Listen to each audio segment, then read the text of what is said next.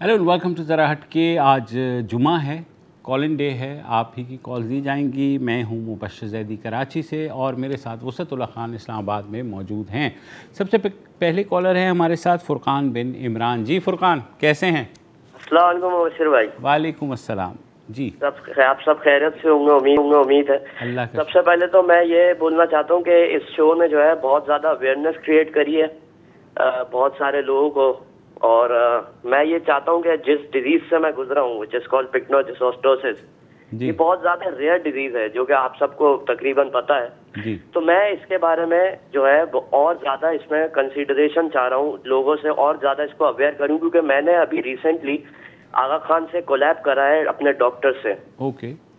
तो मैं ये चाह रहा हूँ कि इस शो के जरिए अगर मेरा मैसेज और अच्छे से कन्वे हो, क्योंकि मैं यूट्यूब पे भी और अपने जो सोशल मीडिया प्लेटफॉर्म्स हैं उनके जरिए मैं जो है ये मैसेज जो है ज्यादा से ज्यादा पहुंचाना चाह रहा हूँ।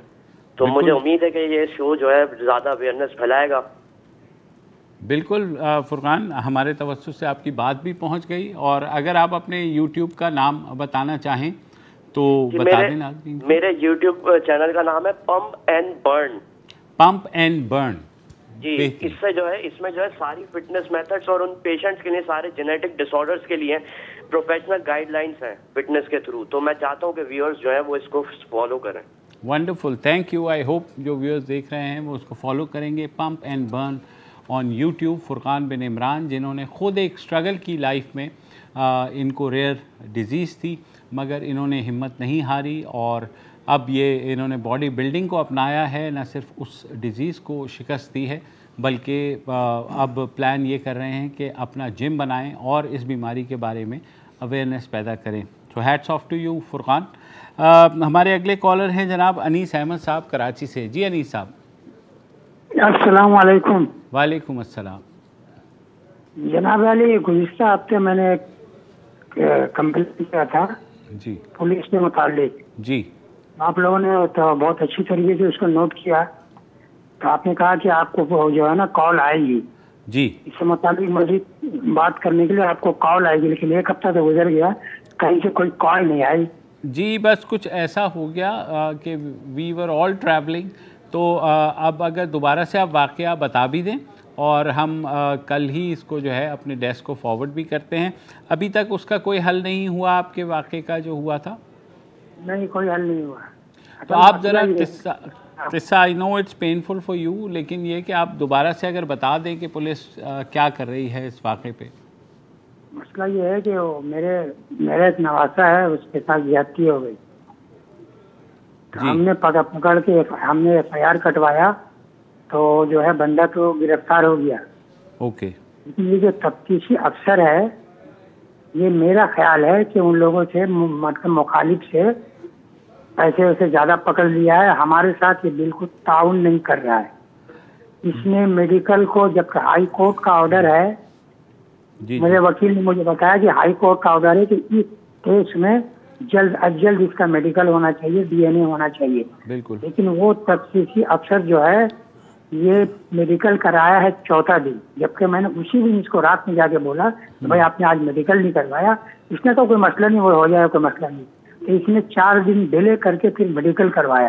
जब ये मेडिकल करवाने वहाँ पे गए तो वहाँ पे जो MLO साहब थे उन्होंने कहा यार ये केस कब का है, तुम 4 दिन के बाद आ रहे हो, चक्कर क्या है?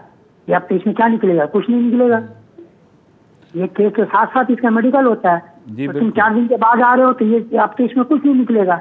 यानी कि ये मुजरिम को फायदा पहुंचाने के लिए इसने लेट किया। ठीक है अनीस भाई। और वाकई वो मेडिकल में कुछ नहीं निकला। ठीक है। और DNA सैंपल भी लिया गया था 4 दिन के बाद, और वो DNA सैंपल इसने अपने अलमारी में थाने में 2 माह तक रख करके उसको पता नहीं रखा हुआ था। ठीक। 2 माह के बाद ये कहानी है 28 मार्च की। 1 जून को इसने DNA सैंपल लेबोरेटरी भेजा है टेस्ट के लिए। तो मेरा वकील कह रहा है कि इसमें भी अब कुछ नहीं निकलेगा। इसका मतलब है कि इसने हमारे केस को बिल्कुल खराब कर दिया है। जी बिल्कुल अनीस भाई, हमारे तवज्जुह से भी ये बात आला पुलिस हुकाम तक पहुंच जाएगी और हम ख़ुद भी उन्हें अवेयर कर देंगे इस बारे में और अपने डेस्क को भी दे देंगे कि अगर वो इस केस को फॉलो करें। ज़ाहिर है एक मसला एक आपके बेटे के साथ जो वाक़या हुआ है बहुत अफसोसनाक वाक़या है और उसकी न सिर्फ तहकीकात सही तरीके से होनी चाहिए और मगर जो मुल्ज़िम है उसको सज़ा भी मिलनी चाहिए। अगले कॉलर है राहिल अशर। जी राहिल, कैसे हैं? जी अस्सलाम वालेकुम। वालेकुम अस्सलाम। जी मुबशिर जई साहब, आज एक बात उठाऊंगा नादरा के हवाले से। मैं फेज 1 में रहता हूँ, हमारे घर के पास ना नादरा का मेगा सेंटर है जी। वहाँ पे मैंने एक चीज नोट की कि जी लोग जो आते हैं बेचारे, एक आदमी को एवरेज 1-1.5 घंटा आराम से लाइन में लग जाता है। जब वो अंदर जाते हैं काउंटर पे अपने पेपर्स देके, तो काउंटर वाला कहता है जी आपके पेपर में ये कमी है, ये कमी है, ये कमी है। फिर वहाँ उनके साथ वो उलझते हैं, बात वो फिर हाथापाई गालिन गलौज तक बात पहुंच जाती है। तो मेरा आपसे ये कि आपके अगर प्रोग्राम के थ्रू ये बात नादरा तक चली जाए कि बाहर एक वो डेस्क बना दें, बंदा जाए वहाँ अपने पेपर चेक करा ले, अगर पेपर उसके पूरे हैं तो वो लाइन में 1.5 घंटा लग के अंदर जाए, पेपर पूरे नहीं है बाहर ही उसको पता चल जाए। राहिल भाई, मसला ये है कि देखिए बात ये है कि बाहर डेस्क बनाएंगे तो बाहर भी यही कुछ होगा। जब आप शनाख्ती कार्ड के लिए जाते हैं तो बुनियादी 2 चीज़ें सिर्फ चाहिए होती हैं, एक आपका बे फॉर्म चाहिए होता है या आपकी मैट्रिक की सनद चाहिए होती है। तो मेरे ख्याल में इसके और तस्वीर तो ज़ाहिर है वो वहीं तस्वीर ले लेते हैं। एड्रेस का जो अगर बे फॉर्म पे आपके एड्रेस दर्ज है तो मेरा नहीं ख्याल कि इसके अलावा कुछ और चाहिए होता है। तो लोगों को भी इस अवेयरनेस की ज़रूरत है कि वो बजाय पूछने के वो यही चीज़ जो है नादरा की वेबसाइट पर रिक्वायरमेंट्स में भी चेक कर सकते हैं, फ़ोन करके भी चेक कर सकते हैं। सो 1 घंटे लाइन में खड़े रहना जस्ट टू आस्क देम कि क्या चीज़ कम रह गई है, तो बाहर भी डेस्क बनाएंगे तो वो बाहर झमघटा हो जाएगा। मेरे ख्याल में लोगों को भी कुछ थोड़ी बहुत आगाही की ज़रूरत है कि वो जब शनाख्ती कार्ड बनवाने जा रहे हैं तो क्या क्या चीज़ें उन्हें चाहिए होती हैं। एक और साहब हैं हमारे साथ इस्लामाबाद से। अस्सलाम वालेकुम जी। वालेकुम सलाम सर। जी सर, बताइए आपका नाम? जी सियाब बरगज़ई। जी जिया साहब फरमाइए। जिया नहीं है, सियाब सर। सियाब, ओके। सर मेरा आज जो क्वेश्चन है जी वो चीन पाकिस्तान का सबसे बड़ा और मतलब खित्ते में बड़ा दोस्त है, लेकिन सर मेरा क्वेश्चन ये है जी कि जो पाकिस्तान में जितने भी चीने आते हैं इनको इतना मतलब फ्री हैंड क्यों मिला है? सर मैं खुद चाइना में पढ़ता हूँ, मैं वहाँ पे एक इंटरनेशनल स्टूडेंट हूँ, लेकिन सर यहाँ पे मैंने बहुत सारे चाइनीज को देखा इधर इस्लामाबाद में जो विदाउट एनी ड्राइविंग लाइसेंस ये ड्राइविंग कर रहे हैं, हेवी बाइक राइड कर रहे हैं और मोटर कार चला रहे हैं। ये बात हो गई sir without any driving licence. और बहुत दफा पब्लिक मतलब गाड़ियों को हिट करके वैसे ही चले गए। दूसरी बात ये सर कि जो लोग ट्रेवलिंग से मतलब उसके आते कि हम ट्रेवलिंग के लिए पाकिस्तान आ रहे हैं चाइना से, जो चाइनीज है स्पेसिफिकली, और इनके कुछ एप्स है जिस तरह वीचेट हो गया, एक इसका हो गया टिकटॉक, इसको ये डोइन बोलते हैं जी जी, और एक है क्वाइशो। उस पे सर ये वीडियो बनाते हैं पाकिस्तान के, और किन लोगों के वीडियो बनाते हैं जो होमलेस पीपल होते हैं या मतलब ऐसे लोग जो गुर्बत में मतलब डंपे हुए हो और बहुत इसके मतलब सर के रहने के लिए इनके पास छत ना हो और मतलब खाने के लिए कुछ खाना ना हो, उनके पास पहनने के लिए कपड़े ना हो, तो ये सर उन लोगों के वीडियो बनाते हैं और ये वीचेट प्राइवेट चैनल पे और क्वाइशो पे, ये जो मैंने ऐप का नाम बता दिया, और चाइनीज में टिकटॉक को डोइन बोलते हैं सर, इससे मतलब डालते हैं लोग, उनको फिर डोनेशन देते हैं जी। और ये सर अपनी सस्ती शहरत हासिल करने के लिए मतलब इनके चाइना में भी इतने अवकाश नहीं है जो इधर आए हैं। मैं इससे मतलब बहुत सारे चाइनीजों की बात नहीं कर रहा हूँ, बाजों की बात कर रहा हूँ। FIA सर इसको क्यों नहीं इन्वेस्टिगेट कर रहे, जो वीडियो बना के पाकिस्तान की सर दजिया उड़ा दी है सर। वहाँ पे हमें लोग बताते हैं कि ये आपका मुल्क कैसा है सर, हमारे पास टूरिस्ट स्पॉट बहुत ज्यादा है, आया ये नॉर्दर्न पाकिस्तान लोगों को क्यों नहीं दिखा रहे, सवात का नाम जब क्यों नहीं दिखा रहे, लाहौर हो गया, पेशावर हो गया सर, ये कच्चे बस्तियों में जाके वहाँ पे वीडियो बना के पाकिस्तान के ऐसा इमेज कर दिया जिस तरह हॉलीवुड में अफगानिस्तान का इमेज है। ये सर पहले अफ्रीका में भी पास कंट्री में करता, जैसा कीनिया हो गया और कंट्रीज, फिर वहाँ पे गवर्नमेंट ने एक्शन ले लिया इसके अगेंस्ट, वहाँ पे लोगों को मतलब फाइट करवाता था लोगों से, फिर वीडियो बना के अपने वो बनाने के लिए, मतलब फॉलोअर। जी सर, मैं आपकी बात समझ गया हूँ। और जो ये वीडियोस हैं इसको हम रोक इसलिए नहीं सकते कि ये जिस तादाद में रोज़ाना की बुनियाद पर प्रोड्यूस हो रही हैं वेरियस सोशल मीडिया प्लेटफॉर्म्स के लिए, उसके लिए बहुत मुश्किल है। FIA की आपने बात की कि FIA इसको रोक सके। हाँ, अगर कोई ऐसी वीडियो जिसमें किसी शख्स को नुकसान पहुंचाया गया हो या इवन उसकी प्राइवेसी जो है मुतासर हुई हो, तो बिल्कुल FIA इसके ऊपर जो है कार्रवाई कर सकती है। लेकिन अगर हार्मलेस सी वीडियो बना रहे हैं, आपकी बात यह है कि अगर कच्ची बस्ती में जा कर के वो मुल्क का एक ऐसा चेहरा दिखा रहे हैं जो शायद नहीं दिखाना चाहिए,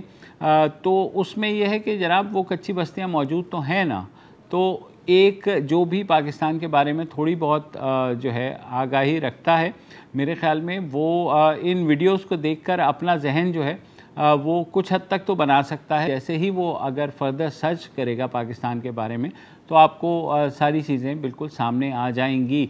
मैं बिल्कुल कतई इस तौर पर डिफेंड नहीं कर रहा कि इतनी तादाद में जो कंटेंट प्रोड्यूस हो रहा है डेली बेसिस के ऊपर, उसमें गानों के ऊपर नाच गाने सारा कुछ ऐसा हो रहा है, मगर ये सारी चीज़ें जो है ये होती रहेंगी, हो रही हैं, पूरी दुनिया में हो रही हैं। अब सोशल मीडिया प्लेटफॉर्म ने समहाउ एक जो है रेवोल्यूशन कह लें, एक बैड प्रेसिडेंट कह लें, या आगाही का एक तरीका कह लें, इसमें सब चीज़ें हैं।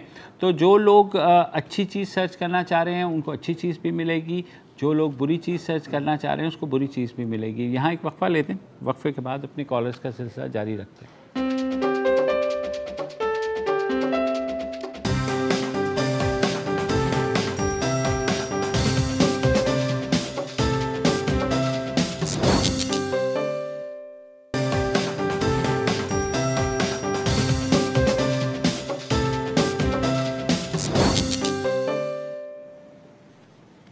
Welcome back. लाहौर से हैं मिसेस जरीन रज़ाक। जी मैडम। कौन? हेलो हेलो, अस्सलाम वालेकुम। जी मिसेस जरीन रज़ाक। वालेकुम जी सलाम। जी जी जी फरमाइए। जी, पहले तो आप लोगों को इतना शानदार प्रोग्राम करने के लिए तीनों को बहुत बहुत मुबारक हो। इतना सुलझा हुआ, लोगों की हमदर्दी का, लोगों के मसाइल हल करने के लिए बहुत प्यारा प्रोग्राम आप कर रही हैं।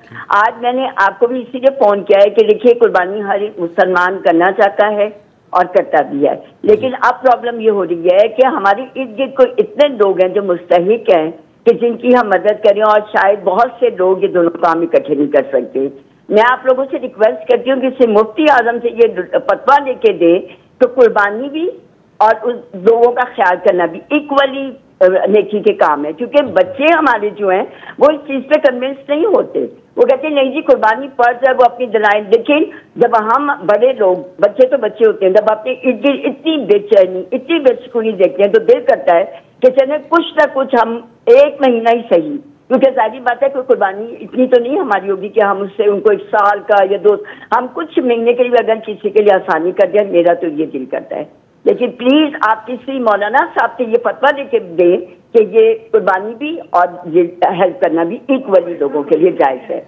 जी बिल्कुल, बहुत अच्छी सजेशन है। और मेरे ख्याल में अब थोड़ा सा ट्रेंड, मैं ये नहीं कहता कि पूरे का पूरा चेंज हुआ है, मगर बहुत से लोग ऐसे भी करते हैं कि कुर्बानी के पैसे जो हैं वो खैराती इदारों को दे देते हैं, या फॉर एग्ज़ाम्पल अगर कुर्बानी करते भी हैं तो वो सारे का सारा गोश्त भी वो उन इदारों को दे देते हैं जो वहाँ पर गरीबों और भूखों को खाना खिलाते हैं। आई एम श्योर हम आप में से भी बहुत से लोग ऐसी बात करते हैं। जहाँ तक देखिए डोनेशन, कुर्बानी बहरहाल एक अल्लाह ताला का हुक्म है, और अगर आप साहिब इस्तिताअत हैं आपको बिल्कुल करनी चाहिए। मगर गुज़िश्ता साल क्योंकि कोविड था बहुत ज़्यादा, हमने देखा कि इस जो बात आप कह रही हैं लोगों ने वो किया, उन्होंने पैसे दे दिए खैराती इदारों को कि वो गरीबों की मदद करें, और उनसे पर्ची वही ज़ाहिर कुर्बानी की ले ली। तो मेरे ख़्याल में एक सोच है, मगर इसके लिए शायद मेरे ख्याल में फ़तवा तो आपको नहीं मिलेगा। वसत आपको लगता है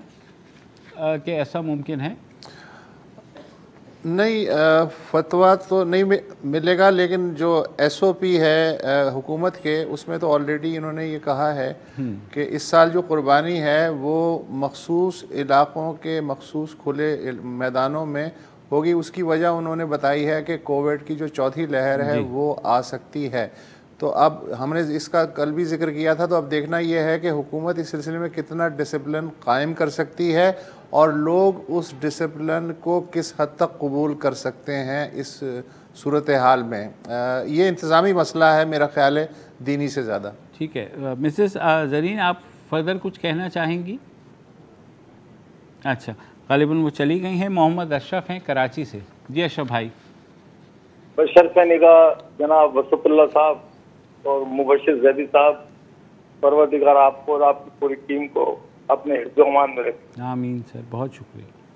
सबसे पहले तो अर्ज मैं ये करूँगा कि पाकिस्तान की ये जो अफगानिस्तान का जो मसला चल रहा है जी, ये आज पाकिस्तान जिस नहज पे खड़ा हुआ है, ना हम खुलकर बोल सकते हैं ना इस पे आप खुलकर बोल सकते हैं जी। जब तक पाकिस्तान के अंदर सिविल गवर्नमेंट अपनी आज़ाद खारजा पॉलिसी नहीं बनाई और कोई उसके अंदर इंटरफेयर नहीं करेगा, जब तक पाकिस्तान के हालात ऐसे ही रहेंगे, बल्कि मजीद बद से बदतर होते चले जाएंगे जो हो रहे हैं। आज दुनिया का हर मुल्क अफगानिस्तान में है, पाकिस्तान नहीं है, माफ कीजिएगा जी, समझे ना। और ये मुझको बोलते हुए भी शर्म आ रही है कि आज हमारी खारजा पॉलिसी को इस मुल्क के चलाने वालों ने किस नहज पर पहुंचा दिया है कि आज हम भीख मांग रहे हैं सबों से कि हमें इसमें पार्ट अदा करने दिया जाए। हमें मेहमान अदाकार का भी पार्ट नहीं मिल रहा है, समझे। और जो काबुल के अंदर पाकिस्तान के खिलाफ और पूरी दुनिया में जो पाकिस्तान के खिलाफ जो बात है, वो पाकिस्तान की खारजा पॉलिसी बनाने वालों को भी पता है।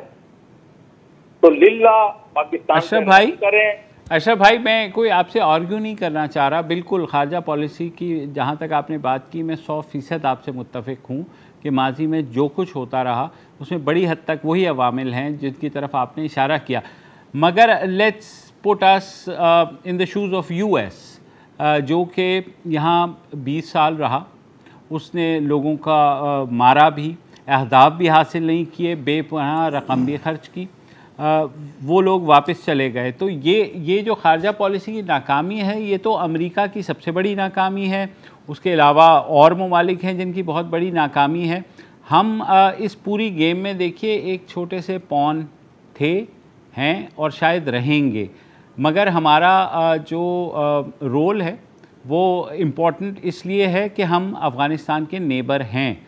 जो कुछ भी वहाँ होगा उसका खुमियाजा या उसके जो समरात हैं, दोनों हमें ही फेस करने पड़ेंगे। वुस्ता साहब, आप कुछ ऐड करना चाहेंगे इनकी बात में? नहीं, आपकी बात दुरुस्त है। और दूसरी बात यह कि एक जर्नल जो परसेप्शन दिया जाता है ना कि साहब ये सब ख़राब है और खारजा पॉलिसी ये है, मैं गुजारिश के करूँगा नाजरीन से कि जनरल गुफ्तगू ना किया करें। अगर कोई स्पेसिफ़िक मिसालें भी दे दिया करें कि कौन कौन से मौके पे खारजा पॉलिसी किस किस तरीके से नाकाम हुई, हिंट भी दे दें तो काफ़ी है। ये जो जनरली कहा जाता है ना जी, अच्छा ये सब बुरा है, भाड़ में जाए, ये सब, तो इससे ना बात समझ में आती है ना आगे बढ़ती है, सिर्फ भड़ास निकल सकती है। तारिक शेख साहब हैं कराची से। जी तारिक साहब, अस्सलाम वालेकुम। वालेकुम अस्सलाम। पहले तो मैं आप लोग को एक दिल से एक बात ये कहना चाहता हूँ कि मतलब आप लोग वो वाहिद वो चैनल है जिसमें आप लोग आवाम के मतलब डायरेक्ट हम आपसे बात कर पाते हैं, अपने दिल की बात आप लोगों से कर पाते हैं। छोटे छोटे मसाइल को भी आप लोग बहुत तवज्जो से सुनते हैं। पहले मैं आपको इस बात पे बहुत मुबारकबाद देना चाहता हूँ। जी सर। अच्छा सर, मैं एक कराची के इलाके बलोच कॉलोनी का एक करीब का इलाका है, वहां पे रहता हूँ। ओके। इलाका मसाइल का गढ़ है जी सर। सीवरेज का यहाँ पे प्रॉब्लम है, पानी का यहाँ पे प्रॉब्लम है, स्ट्रीट लाइट्स का यहाँ पे प्रॉब्लम है, सिक्योरिटी का यहाँ पे प्रॉब्लम है। हर इदारे का दरवाजा खटखटाते हैं सर, कहीं से सुनवाई नहीं होती। वही बात है ये मोहसिन भाई ने जो कही कि एक आपने जनरल बात कर दी, लेकिन सर मैं वाटर बोर्ड के ऑफिस में जाता हूँ जब अपने काम के लिए, मैं इतना आलीशान ऑफिस देखता हूँ, इतने मैं वहां पर चहल पहल और ऑफिसर्स के मुलाजमीन वगैरह सब देखता हूँ, और सर काम के लिए कोई जवाब नहीं मिलता वाटर बोर्ड पे। मेरे पास केई का वोल्टेज डबल आ जाता है मेरे घर के अंदर, मेरी अप्लायंसेस सारी जल जाती है। मैं केई के दफ्तर पे जाके कंप्लेन करता हूँ तो वो कहते हैं आपके बिल के पीछे लिखा होगा कि इसमें केई जिम्मेदार नहीं है। सर एक आम बंदा, आम आदमी कहाँ जाए, किसके पास जाए, किससे पूछे? कोई पूछने वाला ही नहीं है। तारिक भाई, जो आपने सवाल पूछा है वो सवाल आप ही नहीं, कराची के तकरीबन 2 करोड़ से ज़ायद लोग जो भी यही सवाल पूछ रहे हैं कि हम किसके रहमो करम पर हैं।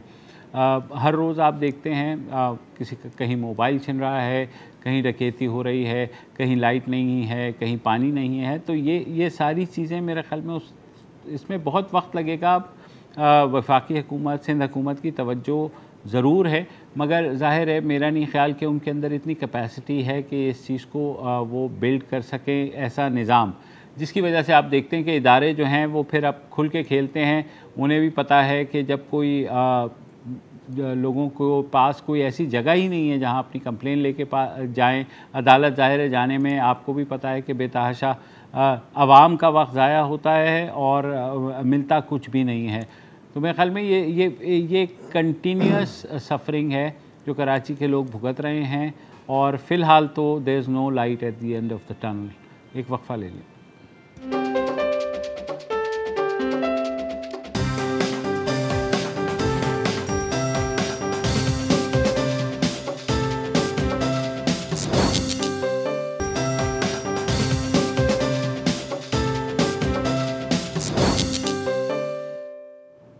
Welcome back. नासिर महमूद साहब हैं लाहौर से। जी नासिर साहब। अस्सलाम वालेकुम सर। वालेकुम अस्सलाम। जी भाई। सर जैदी साहब और खान साहब, सबसे पहले तो ये जो आप जिहाद कर रहे हैं ना, मैं इस सिलसिले में आपको मुबारकबाद देना चाहता हूँ कि कम से कम कोई आम बंदे की आवाज़ डायरेक्ट सुनने के लिए बंदा बैठा हुआ है। भाई फरमाइए। ऐसा है कि मैं एक छोटा सा बिजनेस रन करता हूँ यहाँ पाकिस्तान में। उससे पहले मैं दुबई एमिरेट्स एयरलाइन में था। ओके। यहाँ आके मैंने जो देखा, मैं बहुत, मेरा यानी कि दिल टूट चुका है। किस तरह टूट चुका है कि मैं ओवरसीज एम्प्लॉयमेंट प्रमोटर का थोड़ा सा बिजनेस करता हूँ।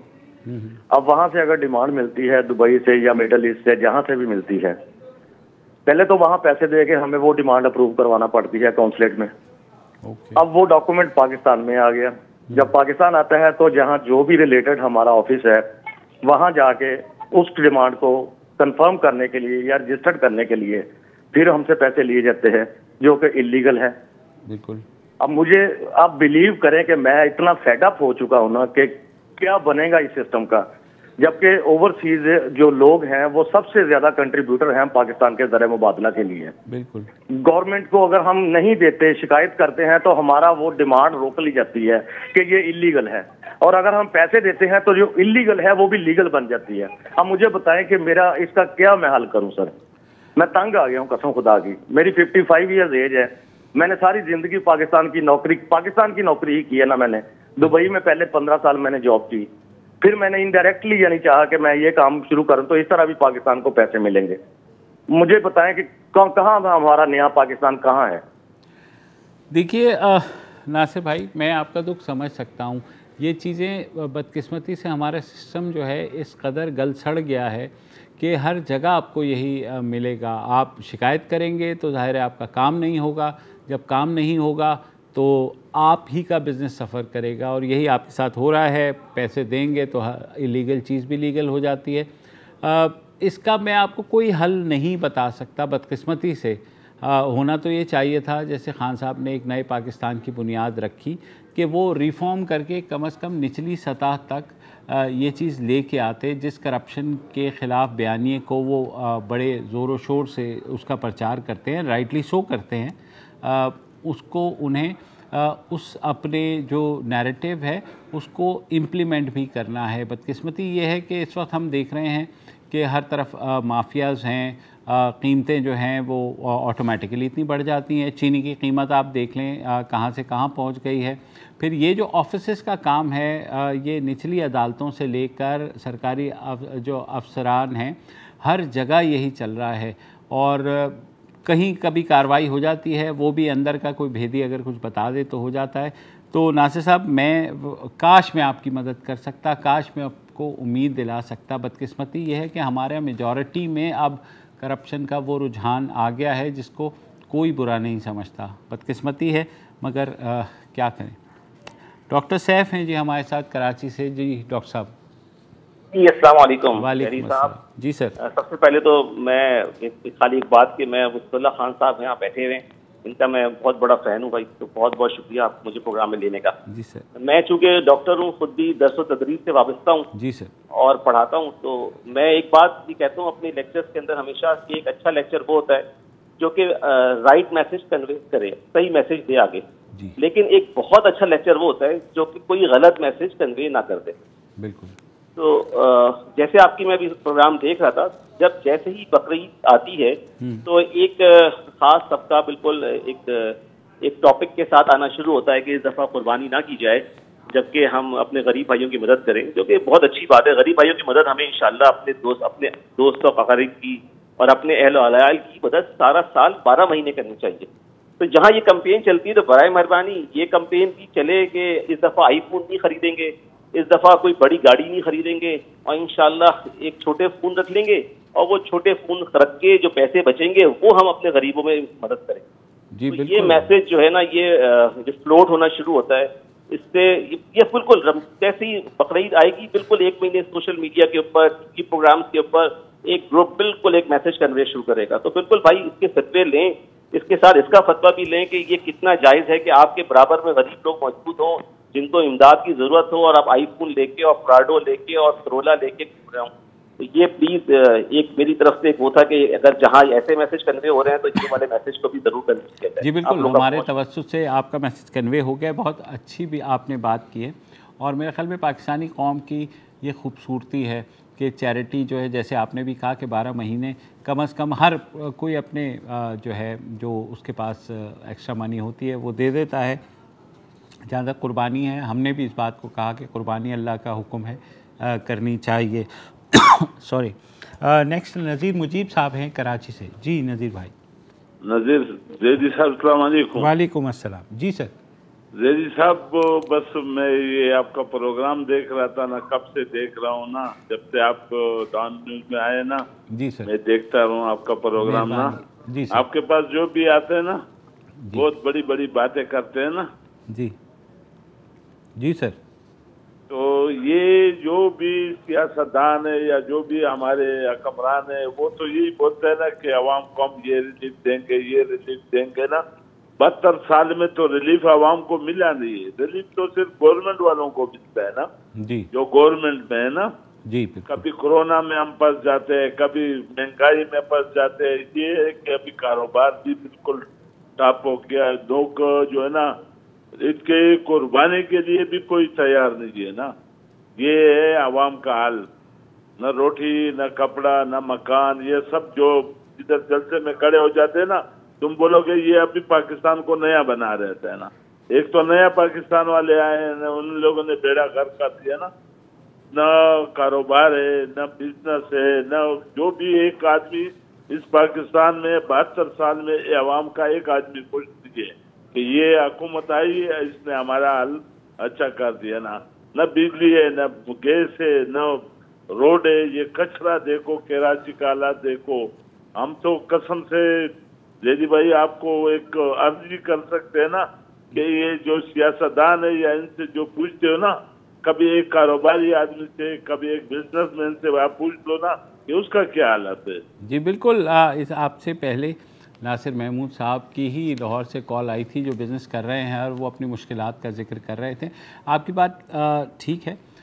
पुराने अदवार में भी कोई दूध की नहरें नहीं बह रही थी, मुश्किलात वही हैं और मुश्किलात जो है मल्टीप्लाई कर रही हैं तेज़ी के साथ। तो ये बहुत फ़िक्र की बात है और इस बारे में हुक्मरानों को सोचना चाहिए कि ठीक है आप बड़े बड़े वादे करके आ तो जाते हैं हुकूमत में, मगर उसमें से उनको बाद में जब आप हुकूमत आपको मिल जाती है तो उनको इम्प्लीमेंट भी करना होता है। अदरवाइज़ लोग आपके से हट कर फिर किसी और को ले आएंगे, फिर वो एक नए वादे पर इक्तफ़ा होगा और फिर वो वादा टूटेगा।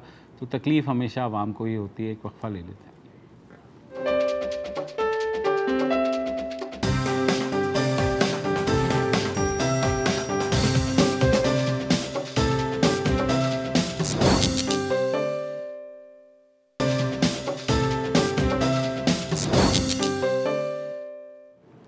Welcome back. इम्तियाज़ हुसैन साहब हैं कराची से। जी इम्तियाज़ साहब। अस्सलाम वालेकुम सर, उम्मीद है कि आप लोग खैरियत से होंगे, अल्लाह ताला आपको खैरियत से रखे। दो मासूमाना छोटी छोटी सी चीजें, क्या जो सरकारी इदारों में लोग जॉब करते हैं पूरे पाकिस्तान में, सिर्फ वही लोग पाकिस्तानी हैं और जो इदारों में काम करते हैं क्या वो पाकिस्तानी नहीं है? क्योंकि हमेशा फायदा सरकारी इदारों वालों को होता है। और एक बात ये कि जो जानवर इस कदर इस दफा महंगे हैं, तो कोई क्या गवर्नमेंट की कोई पॉलिसी भी होती है कि जानवरों की कीमत जो कुर्बानी के लिए आते हैं उनकी मॉनिटरिंग की जाए? तो काइंडली इस पर जरूर आप जरा सा तज्जिया कीजिए। और सरकारी इदारे वाले ही अगर पाकिस्तानी हैं जी ठीक है सर।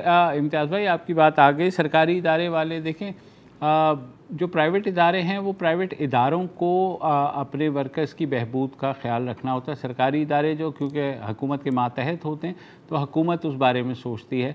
तो बिल्कुल आपकी बात इस लिहाज से बजा है कि सरकारी जो प्राइवेट इदारे हैं उनमें अगर लेबर लॉज को इम्प्लीमेंट करने के लिए हुकूमत दबाव डाले और इंश्योर करे तो शायद बहुत सी चीज़ें जो हैं वो खुद ब खुद रिज़ॉल्व हो जाएं। बदकिस्मती है कि हमारे यहाँ बेशतर सरकारी इदारों में जो लेबर लॉज है उनकी जो वो तरीक़ाकार है वो लेबर लॉज की खुल्लम खुल्ला खिलाफ वर्जी हो रही होती है। कोई बोलता है तो उसको निकाल देते हैं। तो मेरे ख्याल में पाकिस्तानियत से ज़्यादा ये जो निजी इदारे हैं उनका मसला है और उनको ये सोचना चाहिए कि अगर उनके लोगों की तनख्वाहें नहीं बढ़ेंगी तो ज़ाहिर है वो मुतनफ़िर होंगे और वो काम उनकी प्रोडक्टिविटी उससे मुतासर होगी। भाई अल्ताफ़ कादिर साहब हैं पेशावर से। जी अल्ताफ़ साहब। अस्सलाम वालेकुम सर। वालेकुम अस्सलाम। जी भाई। सर मैं ज़ाती तौर पर जो आज तक समझने लगा हूँ, कोई 18 साल हुए मुझे पढ़ाते हुए कॉलेज और यूनिवर्सिटी में। जी सर। इदारों में लोग काम कर रहे हैं, काम नहीं कर रहे हैं, इतना ये समझ रहे हैं, इतना वो सब। मेरी ज़ाती राय में ये है कि जो असल मसला है वो ये है कि आज तक समझ ही नहीं आ रही, शायद हुकूमत चलाने वालों को, या अगर उनको समझ आ रही है तो इससे चुप हैं, या इदारों के अंदर बैठे हुए जो लोग हैं वो ये कि ये रियासत है और शहरी है और दोनों का आपस में एक मुआहिदा है जी। और उस मुआहिदे में रियासत तब ही इस शहरी को मजबूर कर सकती है कि आप अपनी जिम्मेदारी पूरी करें जब रियासत वो बुनियादी जो उसकी जिम्मेदारियां हैं वो पहले पूरी कर ले। क्योंकि रियासत बड़ी चीज है, अफराद एक एक इकाई है, एक एक जो शहरी है वो एक एक छोटी छोटी इकाइयां हैं। तो अब जो मसलन हमारे पास अगर कोई आता है पार्लियामेंट में, जिसको हमने भेजा है, हालांकि पार्लियामेंट में भेजना इसलिए नहीं है कि वो हमारे लिए कोई ये फला मनसूबा ले आए, फला मनसूबा कानून साजी वो करे, वो जो बाकी इदारे हैं वो करे, लेकिन वो जब हमारे पास आता है और हमें ये बताता है कि हमने आपके लिए ये किया, कोई भी पूरे मजमे में ये बताने वाला नहीं होता कि भाई आपने मेरे लिए कुछ नहीं किया, मैं पैसा बना रहा हूँ, उसमें से अपने आप को भी पाल रहा हूँ, इस पूरी रियासती निज़ाम को भी पाल रहा हूँ, और उसमें से थोड़ा सा आप मुझ पे खर्च करके आप मेरे ऊपर एहसान कर रहे हैं। तो मेरी ज़ाती राय ये है कि अगर इस मौजू पे आप भी हों, उसवतुल्लाह खान साहब भी हों, और इस तरह की कोई प्रोग्राम हो जाए कि शहरी को तो भी समझ आ जाए कि असल में हूँ, और ये जो ऊपर बैठे हुए लोग हैं जो तो उनको भी शायद समझ आ जाए कि असल जो है वो शहरी है और शहरी ही पैसा बनाकर इस पूरे निज़ाम को चला रहा है। शुक्रिया सर। जी बहुत शुक्रिया अल्ताफ़ कादिर साहब, आपने बड़ी ज़बरदस्त बात की। यही बात हम भी हमेशा करते रहते हैं कि रियासत की जो ज़िम्मेदारी है, रियासत आपने कहा, हम तो ये कहते हैं रियासत माँ के जैसी होती है और उसका फ़र्ज़ है कि वो तमाम अपने बच्चों में जो रिसोर्सेज हैं वो इक्वली डिस्ट्रीब्यूट करे और उनको सहूलतें दे ताकि इन रिटर्न वो टैक्स दे और जो रियासत का निज़ाम है वो भी चलता रहे। बदकिस्मती से दोनों जगह पे ही प्रॉब्लम है। जब रियासत अपनी ज़िम्मेदारी पूरी नहीं करती तो इनफरादी तौर पर हम और आप ये सोचते हैं कि फिर हम भी रियासत की तरफ जो ज़िम्मेदारी है उसको किस तरह पूरा करें। ठीक है, ज़ोर ज़बरदस्ती हम आप जैसे जिनके सैलरी अकाउंट्स हैं उसमें से टैक्स डिडक्ट हो जाता है, वो बढ़ के डिडक्ट हो जाता है और मज़ीद डिडक्ट हो जाता है, इनडायरेक्ट टैक्सेस देने पड़ते हैं। बहुत सी ऐसी चीज़ें हैं जिसके बारे में रियासत जो है वो एंड में आकर के हाथ खड़ा कर देती है और अपना ज़ोर चलाती है फिर लोगों के ऊपर।